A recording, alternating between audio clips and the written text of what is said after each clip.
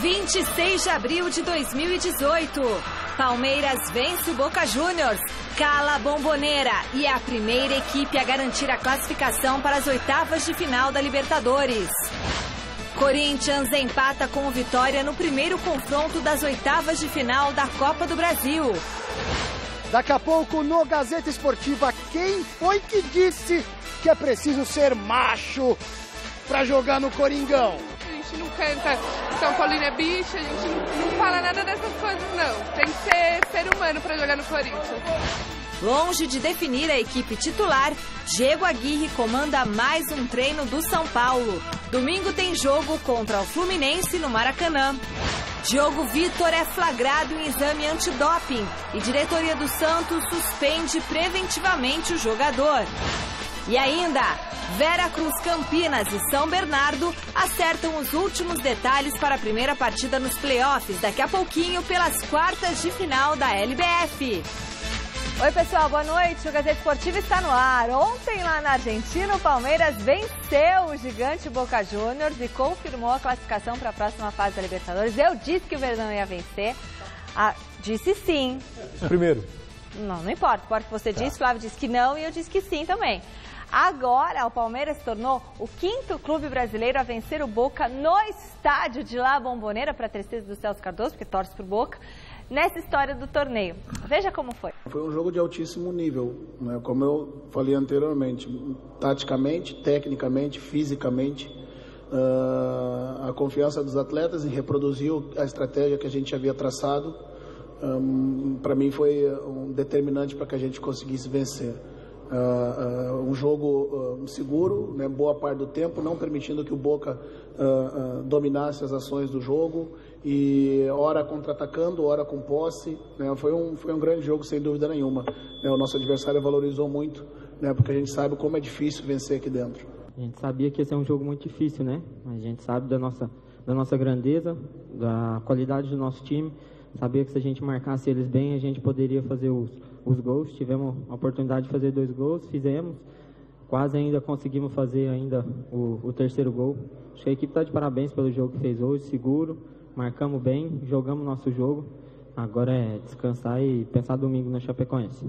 Na terça-feira de madrugada, alguns torcedores xingando você, se manifestando, pedindo raça para você, enfim. Como é que você se sentiu?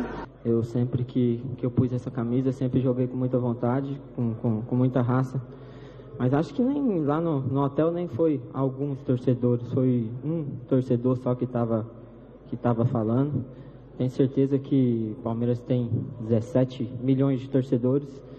Tenho certeza que 16,5 gostam muito de mim e eu gosto muito do clube. Todos eles sabem disso. Espero continuar fazendo o que eu venho fazendo, que é sempre dar meu melhor com essa camisa. Sempre respeitei o clube, sempre vou continuar respeitando.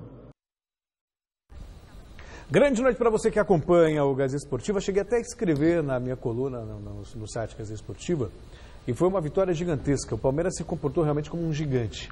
Claro que falar que é difícil jogar em La Bombonera é chover no molhado. Todo mundo sabe disso. O Palmeiras passou momentos de aperto, especialmente no segundo tempo, quando o Boca estava produzindo oportunidades. Mas ainda assim a imagem que fica foi de um time, sabe, um time maduro, de um time que soube marcar bem. Quando teve a posse de bola, fazer a transição, também buscou o resultado. Foi um Palmeiras muito diferente dos últimos jogos, que parece finalmente ter se livrado daquele peso da perda do título para o Corinthians, porque a vida continua e o Corinthians e o Palmeiras só falando em interferência externa, em processo e tal, e o time com esse peso nas costas.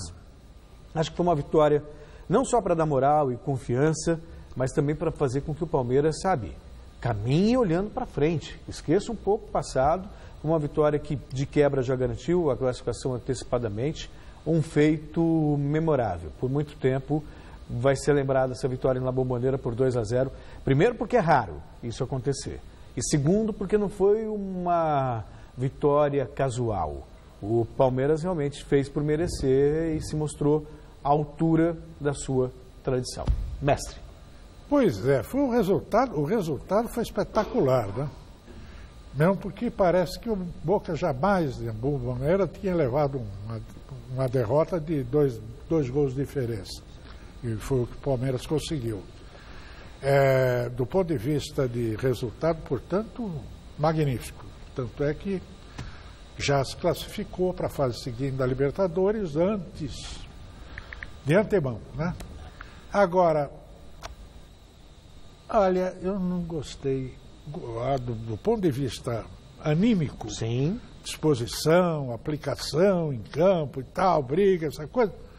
Nota 10 para o Palmeiras. Mas, do ponto de vista técnico, tático, eu realmente não gostei. Eu achei que o Palmeiras demorou, começou muito bem e depois se entregou à defesa.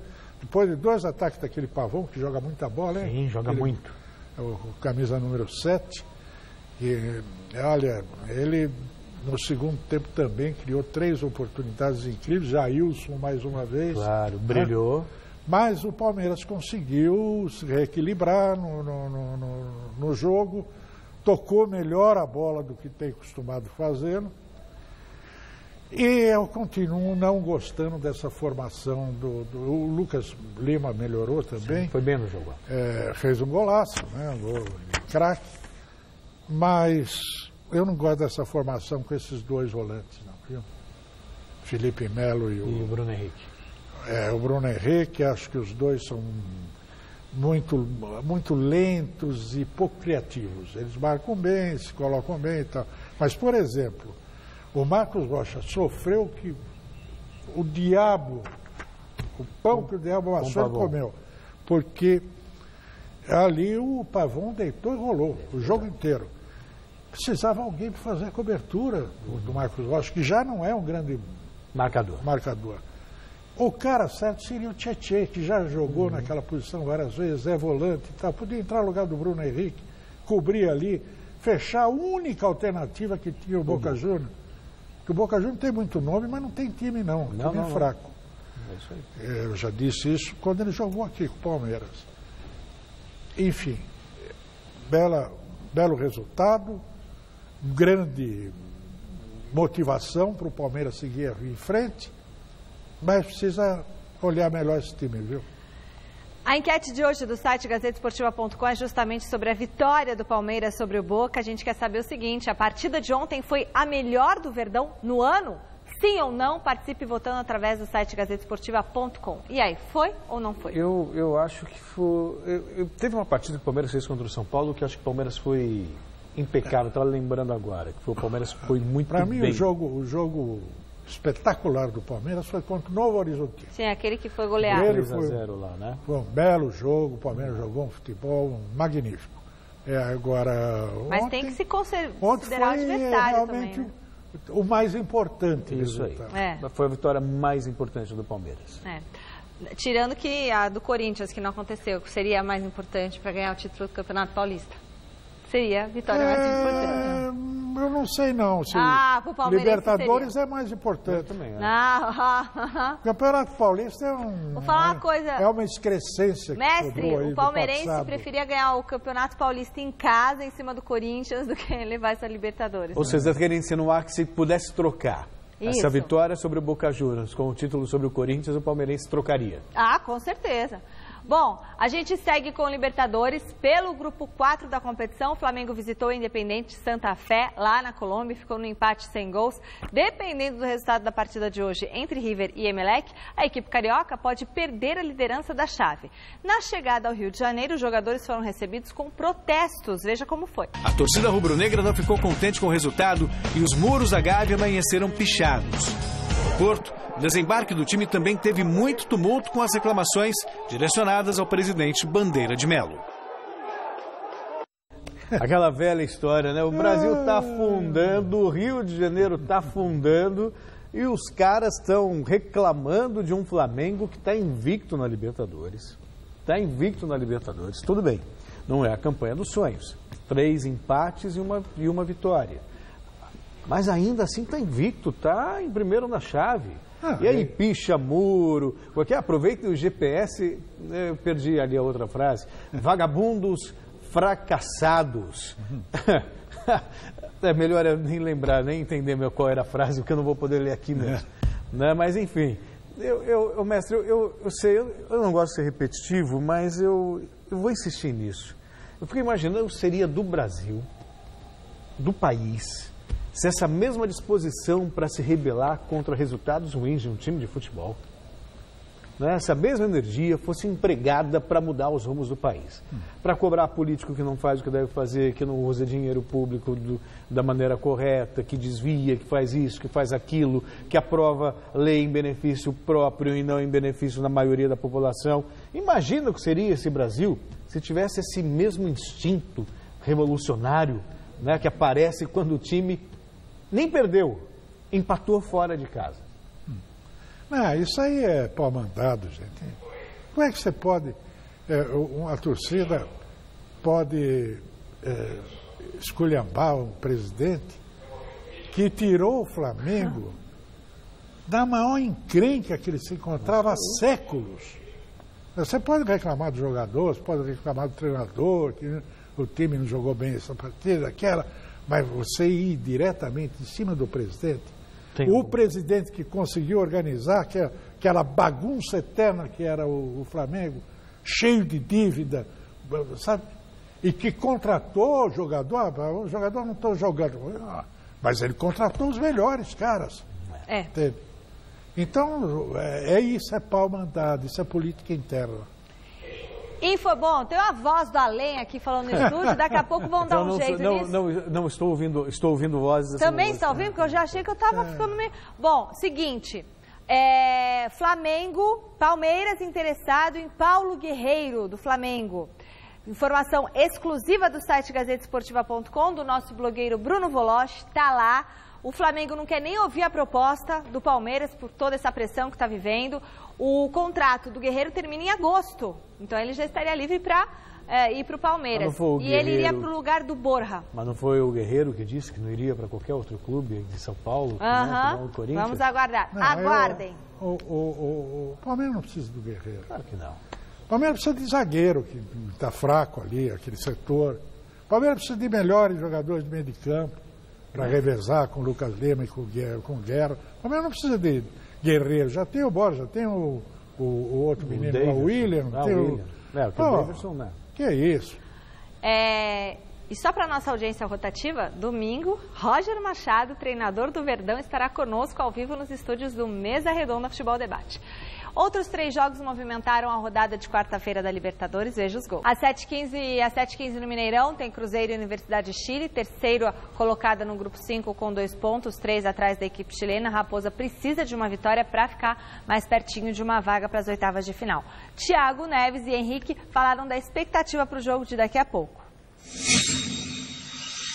O jogo, a gente tem que estar muito focado na partida, né? Porque nós sabemos que o time chileno também gosta de jogar, né? Mas a característica do jogo é um jogo nosso intenso, né? Intensidade vai ser o fator, trazer o torcedor desde o início para o nosso lado. Sem a bola todo mundo é muito comprometido, todo mundo marca, todo mundo corre, todo mundo se empenha.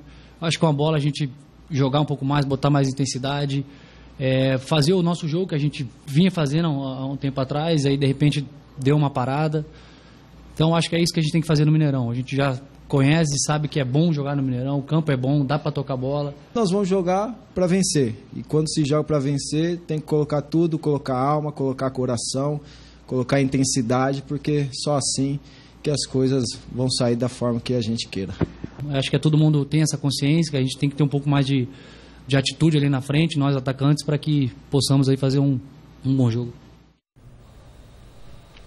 Quem também entra em campo nesta noite é o Vasco, 9h30. O Cruz Maltino tem uma missão complicada contra o Racing em São Januário. Último colocado do Grupo 5 com apenas 1 ponto em 3 jogos, a equipe do técnico Zé Ricardo precisa de uma vitória para seguir na briga por uma vaga na próxima fase. Se perder, aí a equipe carioca pode ser eliminada da competição. O meio-campista Wagner falou da expectativa para o confronto contra os argentinos. Eles têm uma equipe de grande qualidade, mas nós vamos estar na nossa casa, diante do nosso torcedor. A gente está chegando bastante confiante Queremos vencer a partida, vamos ser bastante agressivos aqui dentro da nossa casa. Acho que tudo está conspirando para isso, para que seja uma noite maravilhosa. Espero fazer uma boa partida, que a gente possa estar vencendo a partida, conquistando o objetivo que são os 3 pontos, para que a gente esteja subindo na tabela. Feliz, realizado. Todos os clubes que eu passei no Brasil, graças a Deus, sempre bem, sempre deixando marcas boas, sendo campeão, e me sinto muito honrado de estar completando 50 jogos aqui no Vasco, e agora a minha meta vai ser atingir 100. Ô mestre, os brasileiros estão indo bem na Libertadores, são feitas Cruzeiro e Vasco. Pior Vasco, aliás, coincidentemente os dois estão no mesmo grupo, pior Vasco tem 1 ponto só. Esse jogo com o Racing, se o Vasco empatar, praticamente já se despede da Libertadores agora mesmo, já dançou. E convenhamos, pelo que a gente tem visto o Racing jogar e o que jogou lá na Argentina contra o próprio Vasco, não dá para manter assim muito otimismo em relação à equipe carioca, né? Já o Cruzeiro também não faz boa campanha, empatou 2 jogos e perdeu 1. Mas jogando em casa aí é uma outra história. Você também tropeçar hoje, e é uma surpresa porque o Cruzeiro investiu, tem um bom técnico, mas as coisas não estão acontecendo. Perdeu os 2 jogos do Cruzeiro no Campeonato Brasileiro e na Libertadores em 3 não conseguiu vencer ainda. Pois é, o Cruzeiro, ele era um dos favoritos ao título brasileiro, né? Tem um bom time, tem um técnico experiente, mas não está conseguindo jogar. O Vasco não se pode esperar muito, ainda mais depois daquela goleada e mais, acabou de vender o Paulinho, que é a grande revelação de São Januário. Quer dizer, sabe, o Vasco está naquele negócio de tentar se recuperar financeiramente para poder... Não está pagando jogador. Sabe, é uma situação muito, muito delicada do Vasco. Mas, sabe como é? São Januário, né? Ele está lá para abençoar o Cruz Maltino. Ficou no empate sem gols com o time baiano. A partida de volta será na Arena Corinthians, mas ainda não tem data confirmada. Veja como foi. No Barradão, a primeira chegada perigosa foi do Vitória. Balbuena apareceu na hora certa para travar o lance. Em outra investida do time baiano, Rainer isolou. O Corinthians respondeu com Romero, que se esticou todo, mas não conseguiu aproveitar o cruzamento. Em seguida, Rodriguinho arriscou de longe e a bola passou com perigo. Do outro lado, Zé Wellison invadiu a área e chutou para a defesa de Cássio. No início do segundo tempo, o Corinthians quase marcou no chute de Fagner. Kaique espalmou. Aos 10, o árbitro viu um recuo de bola de Gabriel para Cássio e marcou falta. Mas na cobrança ensaiada, o chute de Juninho desviou e foi para fora. Mais Vitória. Denilson teve a chance, mas errou o alvo. Em outro ataque rubro-negro, Neilton não pegou em cheio na bola e Cássio defendeu sem dificuldade. Na sequência, o goleiro do Corinthians teve mais trabalho no chute de Iago. Guilherme também arriscou de fora da área e por pouco não balançou a rede visitante. Sem mudança no placar, Vitória 0, Corinthians também 0. A gente leva a decisão para casa agora, né, numa igualdade. A gente sabe da nossa força lá, mas sabe também que a equipe do Vitória sabe jogar muito bem em contra-ataque, sabe jogar em cima dos erros.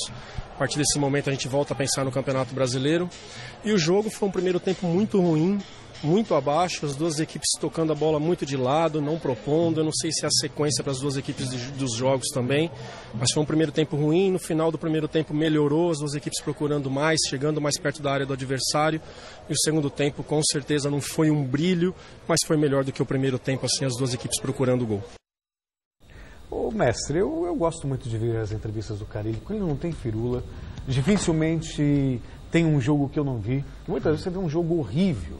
Aí o treinador aparece com vários, não, nós fizemos isso, jogamos bem. Então ele já vai na lata, não jogamos bem, foi um jogo ruim, melhorou um pouquinho no segundo tempo, é verdade. Mas o Corinthians foi muito aquém daquilo que tem produzido, especialmente nos últimos jogos, quando venceu o Fluminense, venceu o Paraná, venceu o Independente da Argentina.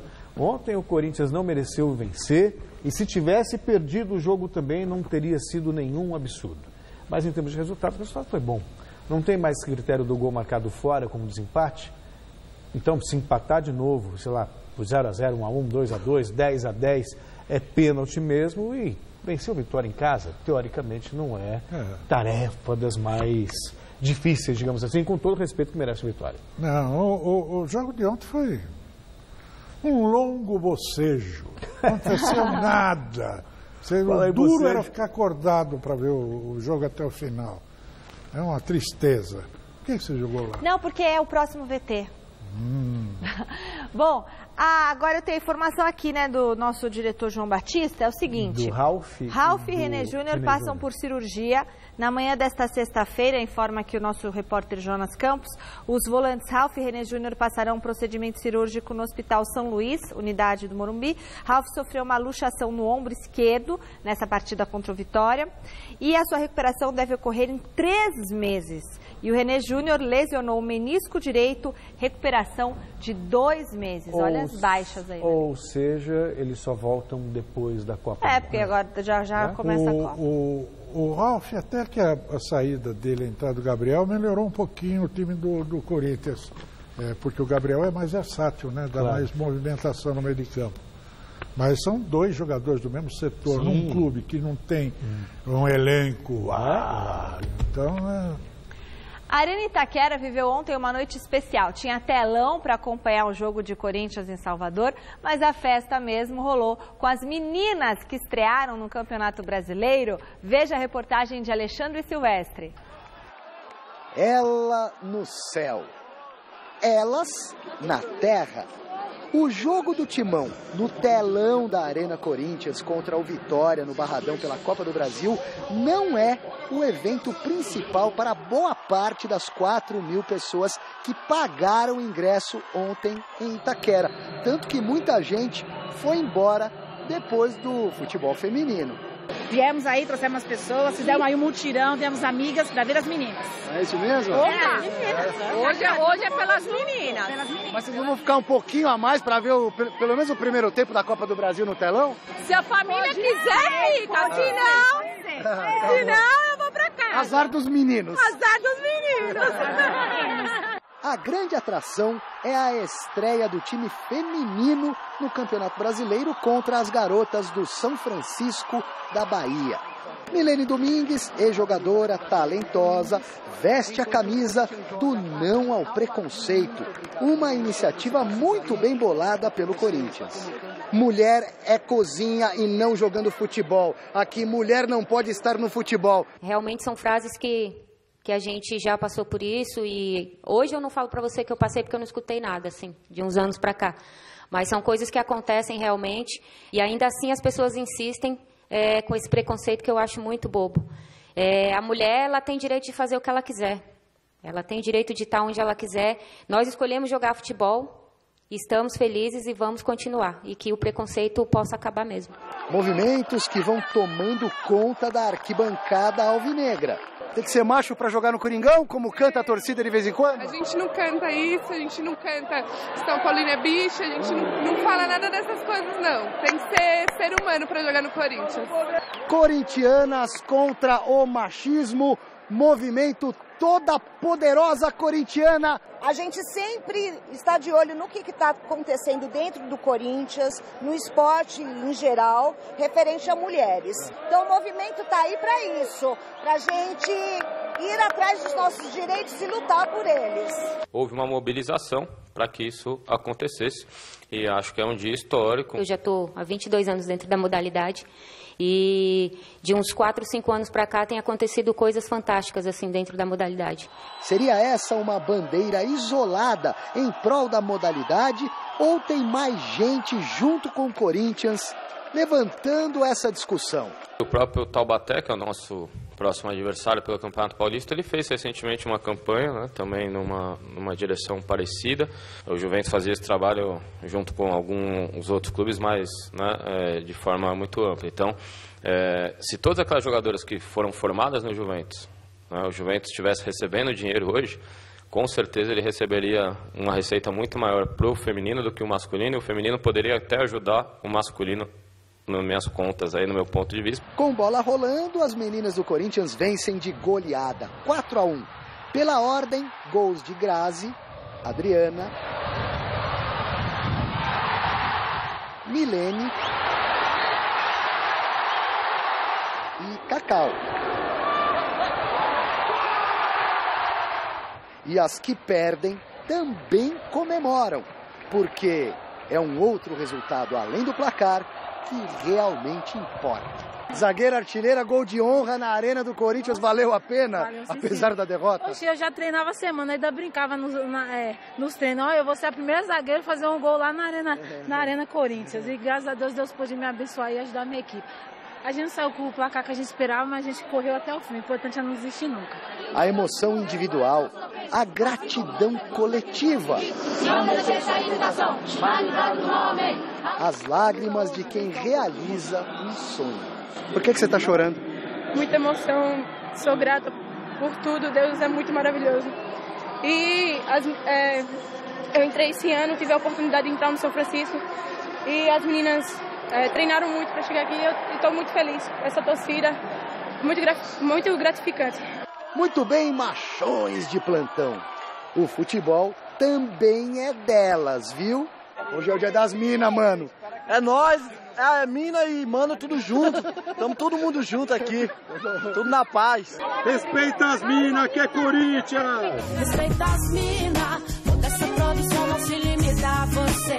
Já passou da hora de aprender que o corpo é nosso, nossas regras, nosso direito de ser. Pois é, né? Essa festa toda do Corinthians é muito bonita e muito atual, muito presente. Mas essas frases todas que aí vocês viram, o Alexandre mostrando, e está aí nas mãos da nossa fada loura, tá? Mulher, lugar de mulher na cozinha e tal.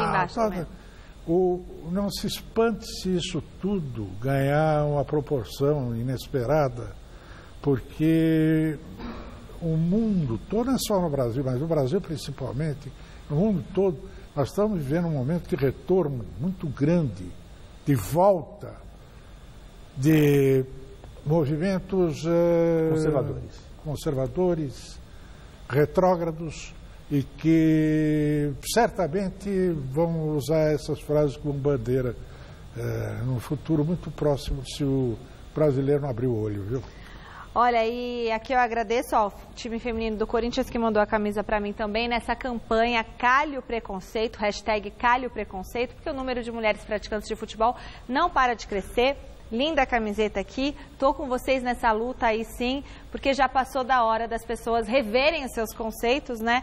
E o conceito de que mulher e futebol não tem nada a ver. Aliás, mulher joga muito bem futebol, tá bom? Aliás, olha, faz muito, eu vejo futebol há muitos anos, muito bem. Uhum. E você observa que hoje em dia, não só no Brasil, como no mundo inteiro, a presença da mulher nos estádios é cada vez maior.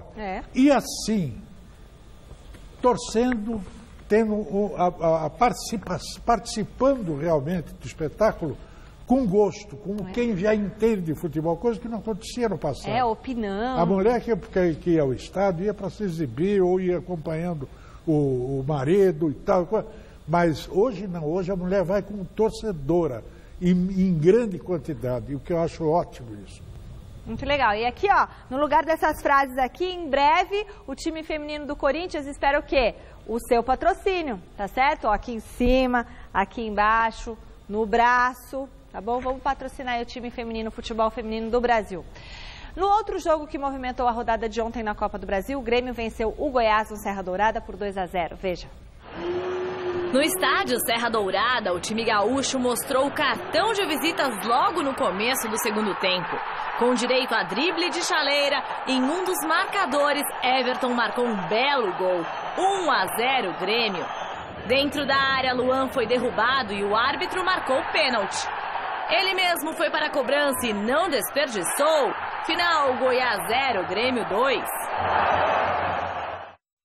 Liga dos Campeões, num jogaço na Allianz Arena, o Real Madrid virou para cima do Bayern de Munique, fora de casa, levou uma boa vantagem para a partida de volta. A equipe merengue pode chegar à decisão do torneio pela terceira vez consecutiva. Confira os gols. Podemos estar contentos com o resultado. Eu creo que nós estamos felizes com o resultado. Tivemos dificuldades no início da partida, mas fizemos um segundo tempo melhor. Então creio que podemos ficar felizes e satisfeitos com o que mostramos. Sofremos um pouco sem a bola, mas fomos bem quando tivemos a posse dela. Fuimos pouco sem balão e logo lo hicimos bem com balão. Sehr frühzeitig Arjen Robben auswechseln mussten. Nós tivemos que substituir Robin rapidamente, e assim com o Boateng.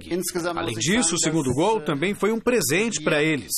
Criamos muitas chances para marcar gols, mas não fomos cirúrgicos o suficiente para aproveitá-las.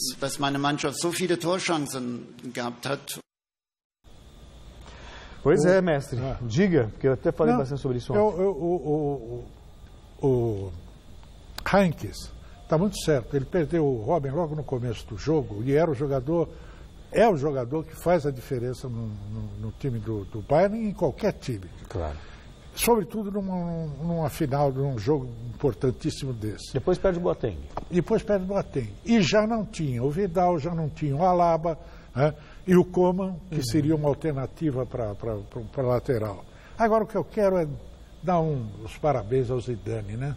Esse cara é uma beleza, é um cara sério, íntegro e que inteligente. Você vê que ele é inteligente e é ousado.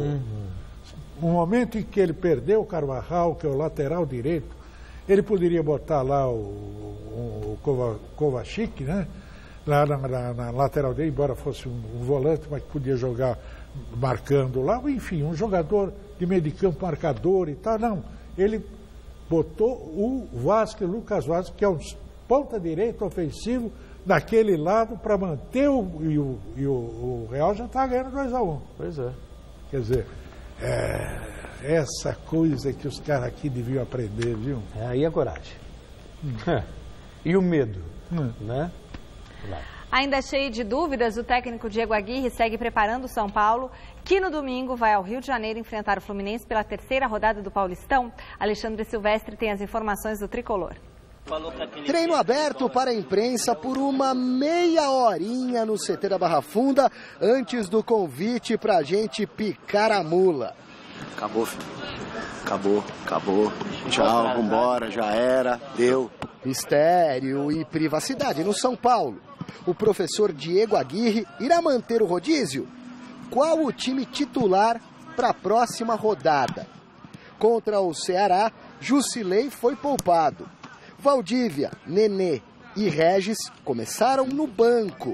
Retornam no fim de semana? Acho que sim. E o Diego Souza, que ia para o Vasco e não foi? Terá nova chance na terceira rodada do Brasileirão? Acho que não sei.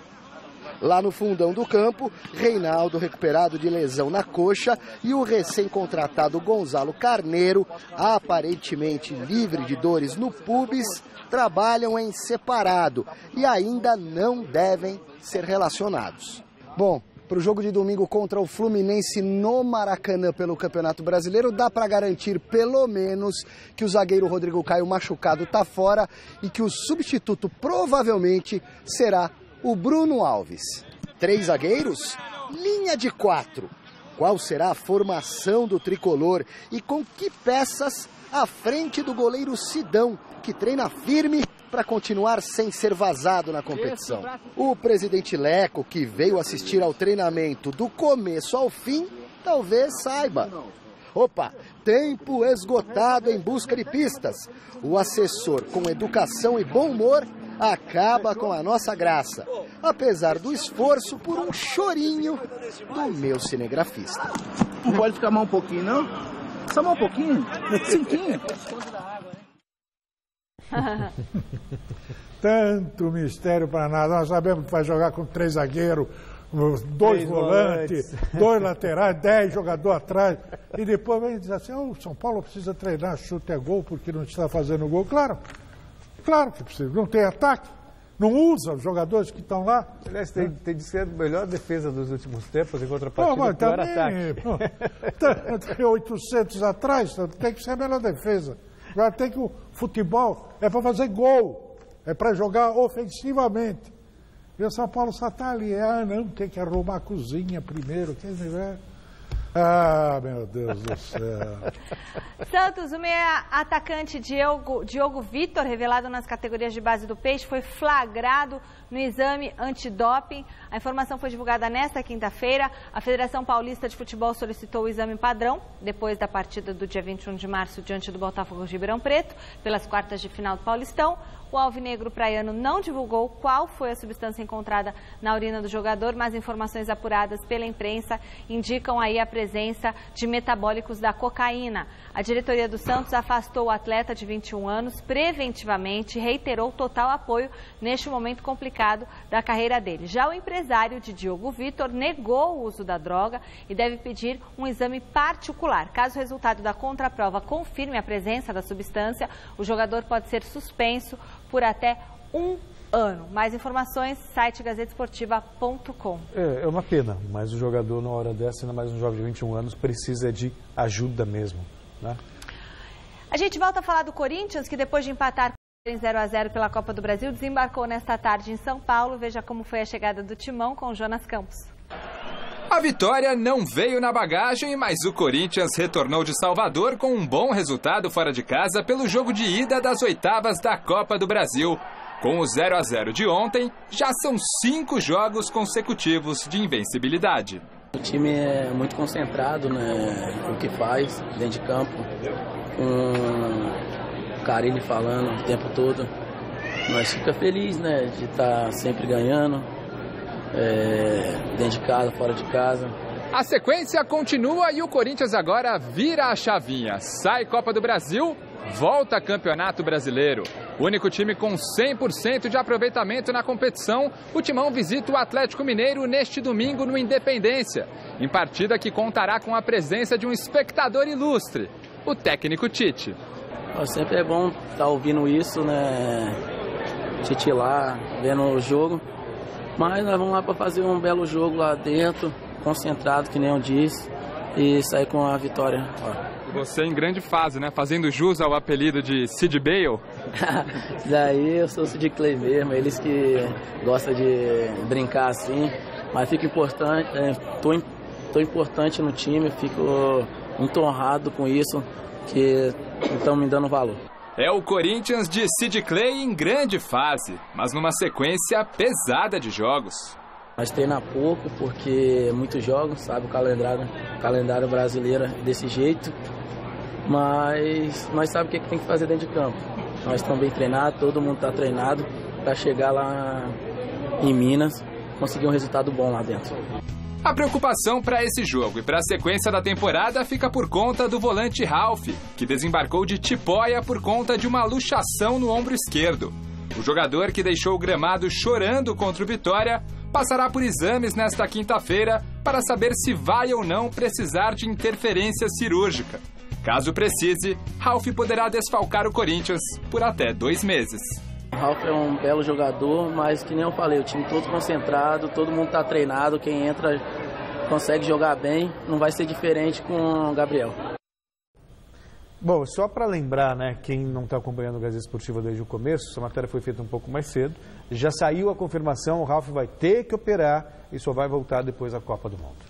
Quem desembarcou nesta tarde também foi o Palmeiras, que após vencer o Boca por 2-0 na Bombonera, trouxe na bagagem a classificação para as oitavas de final da Libertadores. Vini Rodrigues acompanhou a chegada do Verdão. Confira. O Palmeiras desembarcou aqui no Aeroporto Internacional de Guarulhos depois da vitória considerada heróica. 2-0 sobre o Boca Juniors na Bombonera, um feito histórico.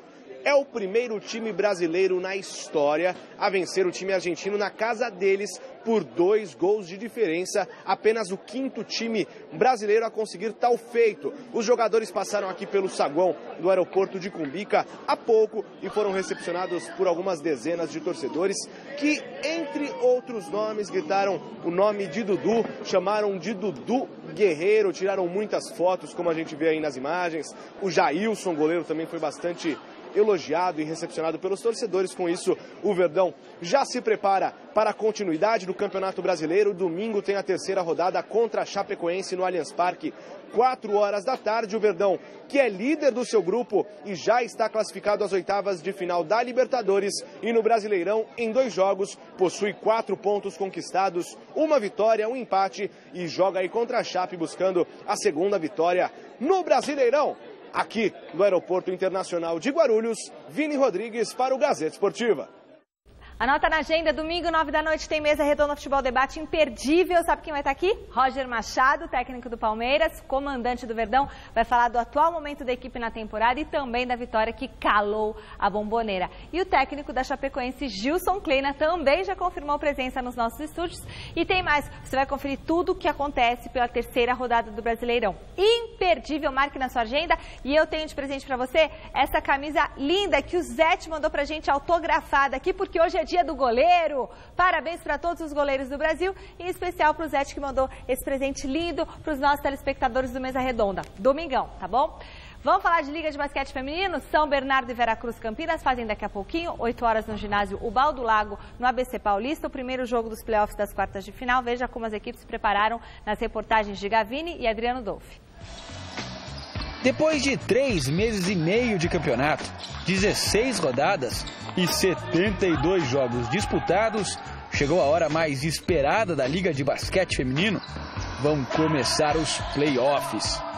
Eu acho que é uma das melhores fases do campeonato. Acho que todas têm sua importância, né? Mas eu acho que agora as coisas vão se definindo. O mata-mata começa nesta quinta-feira no ABC com o confronto entre o Veracruz Campinas, melhor time da primeira fase com 16 vitórias em 16 jogos, contra o São Bernardo, 8º colocado na tabela. E apesar da boa campanha do time de Campinas, do 100% de aproveitamento, o discurso por aqui é de pés no chão. A gente sabe que é um campeonato novo, playoffs. A gente acompanha o basquete pelo mundo todo. Aqui no masculino já tivemos surpresas. Estou acompanhando a NBA também, já está tendo surpresas. Apesar do alerta do treinador, não há como negar o favoritismo do Veracruz Campinas por tudo o que fez na primeira fase. Um time que conta com jogadoras que desequilibram, como a argentina Meli Greter e a cubana Ariadna. Mas o que mais chama a atenção é o conjunto. A equipe não conta com nenhuma jogadora entre as líderes das estatísticas individuais. Mas a equipe tem o melhor ataque, o maior número de rebotes e lidera em eficiência, além de ser a segunda colocada em assistências e arremessos de 2 pontos. A gente não trabalha para o individual, a não ser no dia que aquela jogadora está inspirada. Então, a Ari está num dia excepcional, o time trabalha para ela. A Paty está num dia maravilhoso, o time trabalha para ela. E, consequentemente, o resultado individual, ele tardia mais a aparecer. Mas o coletivo ele acaba sobressaindo. Mas de nada terá adiantado uma campanha tão boa na primeira fase se ela não se confirmar nos playoffs. E esse é o desejo de Vendramini e suas jogadoras. Coroar tudo o que foi feito até agora com a conquista do título da LBF. A famosa frase, nadar, nadar e morrer na praia, né? A gente sabe que precisa jogar basquete e jogar bem para poder chegar aonde a gente busca.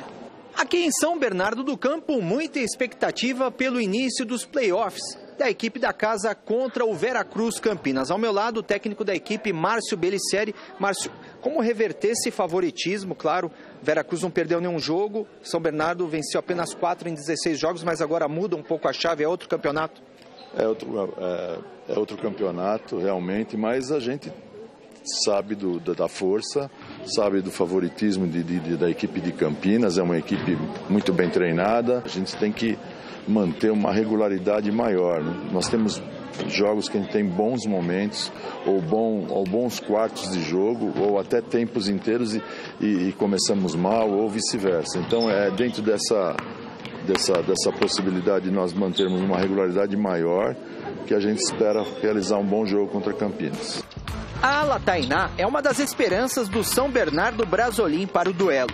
1,80 m de altura, apenas 22 anos e apresentando números muito bons. Média de quase 20 pontos e 9 rebotes por partida. Eu fiquei muito surpresa pela minha dedicação que eu estou tendo aqui em São Bernardo, por tudo que eu estou fazendo. E os meus números estão me ajudando bastante, aparecer bastante na mídia, um monte de gente fala comigo, me dando parabéns pelo meu desempenho na Liga, e eu estou gostando do que está acontecendo. A gente espera que realmente a gente consiga, e se for o caso, nesse jogo é a nossa grande chance de poder fazer um resultado a nosso favor. Fim da enquete do site GazettaEsportiva.com. No comecinho do programa a gente perguntou se a partida de ontem do Palmeiras foi a melhor do ano. E o pessoal falou que o quê?